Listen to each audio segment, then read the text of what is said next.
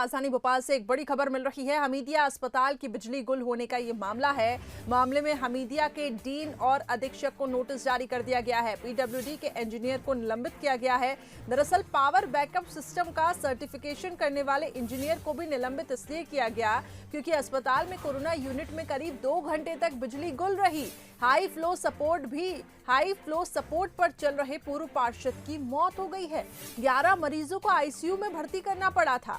तो काफी ज्यादा लापरवाही निकलकर इसमें सामने आई है। हमीदिया अस्पताल में बिजली गुल होने का मामला, लेकिन कहीं ना कहीं अस्पताल प्रबंधन की भी इसमें एक लापरवाही है। मामले में हमीदिया के डीन अधीक्षक को नोटिस भी इसलिए जारी कर दिया गया। तत्काल प्रभाव से पीडब्ल्यूडी के इंजीनियर को भी निलंबित किया गया। पावर बैकअप सिस्टम का सर्टिफिकेशन करने वाले इंजीनियर को भी निलंबित किया गया है।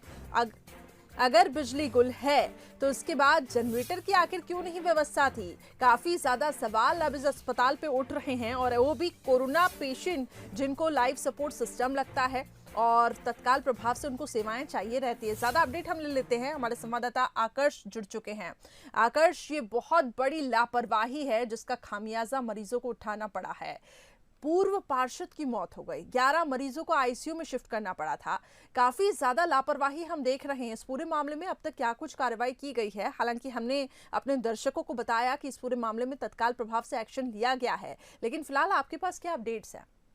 करिश्मा, इस मामले के सामने आने के बाद काफ़ी समय तक जो है अस्पताल प्रबंधन ने चुप्पी साध ली थी और इस मामले से बोलने से बच रहे थे। पूरे मामले को दबाने की कोशिश कर रही थी, लेकिन जिस तरीके से एक पूर्व पार्षद हैं जो इलाजरत थे अस्पताल में, उनकी मौत हो गई। उनके परिजन जब सामने आए और दूसरे लोगों के परिजन, क्योंकि कहीं ना कहीं 64 मरीज थे, 64 मरीजों के पास, कई लोगों के पास मोबाइल फ़ोन थे, उन्हें अपने परिजनों को जानकारी दी कि करीब 2 घंटे तक बिजली गुल रही। बिजली जैसे ही गुल हुई, बैकअप के तौर पर 10 मिनट के लिए जनरेटर जरूर ऑन हुआ, लेकिन उसके बाद जो बैटरी हैं, बैटरी उन्हें सपोर्ट बंद कर दिया और 2 घंटे तक बिजली गुल रही। ऐसे में करिश्मा, जब देख रहे हैं हम जिला प्रशासन के द्वारा जो गंभीर रूप से ग्रस्त, बीमारियों से ग्रस्त लोग हैं या जो उम्र दराज लोग हैं, बुजुर्ग लोग हैं, उनको ज़्यादा प्रोत्साहित किया जा रहा है। जो कोरोना पेशेंट है, जो संक्रमित होते हैं, उनको होम आइसोलेशन में रखने की बजाय अस्पतालों में भर्ती कराया जाता है। मतलब जितने भी पेशेंट थे, 64 के 64 जो पेशेंट अस्पताल में, कोविड अस्पताल में भर्ती थे, वो गंभीर रूप से ग्रस्त थे। और इन जब 2 घंटे बिजली गुल हुई, इनमें से 11 की तबीयत खराब हो गई और उनको अर्जेंट आईसीयू में भर्ती कराना पड़ा। लेकिन एक ने इलाज के दौरान पूर्व पार्षद, उनकी मौत हो गई और एक और जो मरीज है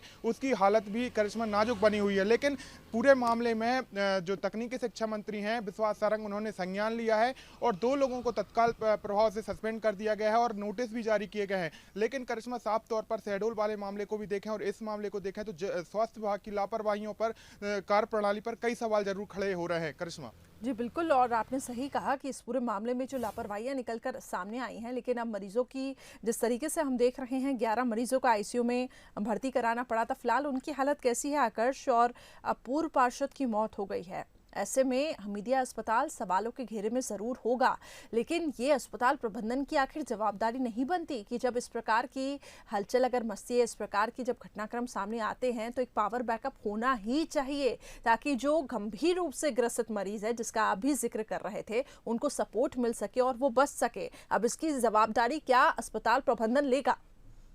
करिश्मा, साफ तौर पर अस्पताल प्रबंधन को अपनी जिम्मेदारी समझनी होगी और इसकी जिम्मेदारी लेनी भी पड़ेगी जो जिम्मेदार लोग हैं, और उन पर कार्रवाई भी होनी चाहिए। क्योंकि पावर बैकअप क्यों नहीं था, पावर बैकअप होना चाहिए। मध्य प्रदेश की सबसे बड़ी सरकारी अस्पताल है हमीदिया अस्पताल, कोविड केयर सेंटर बनाए गए हैं। ऐसे में आखिर वहाँ पर एक पावर बैकअप क्यों फेल हुआ, कई सवाल खड़े हो रहे हैं, आखिर क्या कारण थे। लेकिन जो 64 मरीजों में से 11 मरीजों को जो आईसीयू में शिफ्ट किया गया था करिश्मा, उनमें से एक जो मरीज है उनकी हालत नाजुक बनी हुई है। बाकी 10 मरीज जो है उनकी हालत जो है, जो मुझे सूत्रों के हवाले से जानकारी मिल रही है, उनकी हालत ठीक है, लेकिन एक की और हालत नाजुक है। उनको इलाज की ज्यादा जरूरत है, नहीं तो एक की तो मौत हो चुकी है, आगे चल के उनकी हालत और खराब ना हो जाए। करिश्मा, चलिए, बहुत बहुत शुक्रिया आकर्ष हमारे साथ जुड़ने के लिए। अब ये देखना होगा कि इस पूरे मामले में किस तरीके से आगे एक्शन लिया जाता है और क्या अस्पताल प्रबंधन इसकी जिम्मेदारी लेता है कि नहीं। लेकिन कहीं ना कहीं इससे सबक सीखने की बहुत ज्यादा जरूरत है, क्योंकि लोग विश्वास करके वहां पर पहुंचते हैं और उनके साथ किस प्रकार के घटनाक्रम होते हैं। एक तो कोरोना, जिसकी वजह से वो मेंटली डिप्रेस होते हैं, और उसके बाद इस प्रकार की लापरवाही जब निकलकर सामने आती है तो निश्चित तौर पर अस्पताल प्रबंधन पर कई सवाल उठते हैं।